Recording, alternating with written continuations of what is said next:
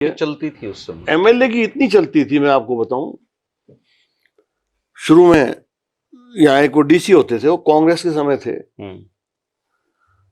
और वो किसी तरह से मैनेज करके उसमें भी रह गए। उनको रुतबा ये बना कि योगेश शर्मा तो ये ऐसे ही है। मैं गया, मैं जाके बोला, मैं कहा जी एक तो, हाँ, जब गया अंदर उसमें कमरे में, मुझे अनुभव नहीं था डीसीपीसी से मिलने का। कमिश्नर से तो मिलता था मैं, फाइनेंशियल कमिश्नर से। और चलो बजट के लिए वगैरह तो मिलना पड़ता होगा। हाँ, नहीं वो, लेकिन इनका अनुभव नहीं था मुझे डीसी वगैरह से मिलने का। और मैंने इतना तो देखा था कि हमारे यहाँ डीसी वगैरह तो हमारे फादर से मिलने आते थे, उनका दबदबा था। तो एक वो सिविल सर्जन बैठे थे, उनके भाई आईएएस थे। वो बोले कि अब तो शर्मा जी आ गए, मैं चलता हूँ।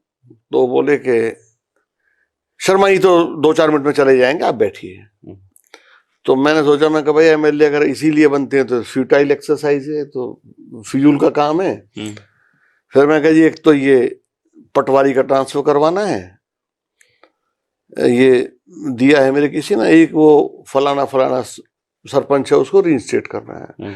कहता वेद प्रकाश, उसको तो मैं रगड़ा लगाऊंगा। हमें ज्यादा तो समझ राजनीतिक भी नहीं थी। डीसी आर के सिंह थे जी। अच्छा।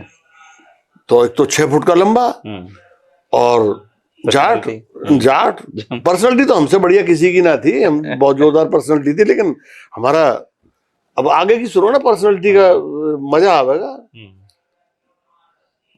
तो मैं कहा जी, वो हरी सी डायरी मिली थी हमें, हमने वो उठाई। मैं कहा डी साहब, अगर परसों तक आप डीसी रह गए ना, तो मैं विधानसभा से इस्तीफा दे दूंगा, और मैं बहुत जिद्दी आदमी हूं। आप परसों तक एमएलए ये डीसी नहीं रहोगे यहाँ फरीदाबाद की। अब ये पता नहीं आज तक लगा मुझे, वो जो सीएमओ साहब थे वो कहाँ से निकल के गए। आशीर्वाद नर्सिंग होम है उनका फरीदाबाद में ही, आज तक पता नहीं लगा। और डीसी साहब ने आके मेरे दोनों पैर पकड़ लिए।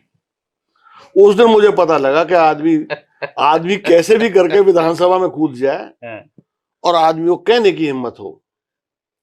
तो उसके बाद डी साहब कभी चाय पिलावे, कभी कॉफी पिलावे, कभी ठंडा, फिर गुस्सा नहीं करना चाहिए, उसके ऊपर किताब दी मुझे।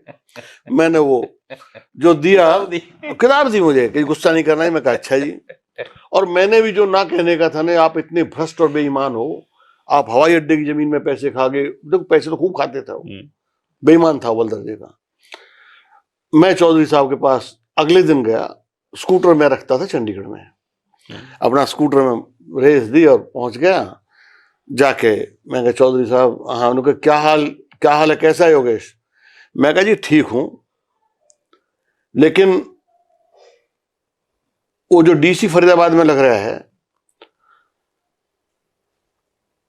वो तो सारे विरोधियों के काम कर रहा है। अगर वो रह गया तो हमारा तो एक भी सरपंच ना बन के आ रहा है। हालांकि ये बात सत्य नहीं थी। बोला कैसे? मैं कहा जी वो तो उनके जो कांग्रेसी, उनके कहने से काम करे, पहले भी उनके कहने से करता था, और उनकी ड्यूटी लगा रहा है वो, तो हमारा एक भी नहीं बन के आएगा। अब वो बोले कि अरोड़ा, अब एक अरोड़ा साहब आ गए, 5 फुट 3-4 इंच के थे। अच्छा। और डीसी फरीदाबाद को बदल दे तुरंत है। हाँ जी, देखो जो बात थी, डीसी फरीदाबाद को बदल दे। अब वो डीसी फरीदाबाद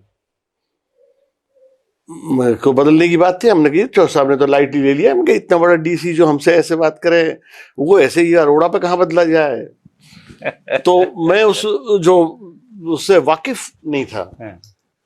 चौधरी देवीलाल लेके सेक्रेटरी चले गए, जब ही अपना आराम कर रहे थे चारपाई पे। तो मैं कहा अरोड़ा भाई, ये तू कैसे बदलेगा? मैं तू तो पृथ्वीराज चौहान बन के वहां अपनी वचन दे आया कि परसों तक, ये तो कल की बात है, कल तक तो होना है। बोला मैं पीएस हाँ चौधरी साहब का, और हुणे करदा, हमें फिर भी जल्दी नहीं हुआ। कॉन्फिडेंस नहीं इंस्पायर हुआ। बोले जी आधे घंटे में आपके पास फैक्स पहुंच जाएगा, आपका जो डीसी है आपका जो ये है फ्लैट है वो उसके बीजेपी के दफ्तर के बराबर में, वहाँ फैक्स है, मैं वहाँ भेज दूंगा, आधे घंटे में हो जाएगा उसका। और मैं चीफ सेक्रेटरी को कहूंगा, चीफ सेक्रेटरी कर देगा और आधे घंटे में कॉपी पहुंच जाएगी। मैं कहा तू एक काम करेगा, आधे घंटे में ही पहुंचे तो तू, मैं यहीं बैठा हूँ। मैं यहीं बैठा हूँ। मैं कहा अखबार ला दे, ड्राइंग रूम में एसी चला दे और मुझे कॉफी का ऑर्डर कर दे। आधे पौने घंटे में जी वो कॉपी आ गई। अब कॉपी आ गई तो हमने अपनी जेब में रखी और स्कूटर में किक मारी और अपने घर पे आ गए। तो 2 दिन बाद मुझे डीसीआर के सिंह मिले, तो पीछे से वो शर्मा जी नमस्ते बोल रहे थे। अब मुझे पता नहीं था कौन है कौन नहीं है, मैं कहा जिसने करनी है वो आगे कर लेगा। फिर वो लंबे लंबे पैरों से आगे चल के आए, बोले शर्मा जी नमस्ते, अब मैं डीसी फरीदाबाद, अब मैं यहाँ आ गया हूँ। कहाँ आ गए? चंडीगढ़ में। मैं कहा जी आ क्या गए हो, ये तो आपका ट्रांसफर मैंने करवाया था चौधरी देवीलाल से कह के।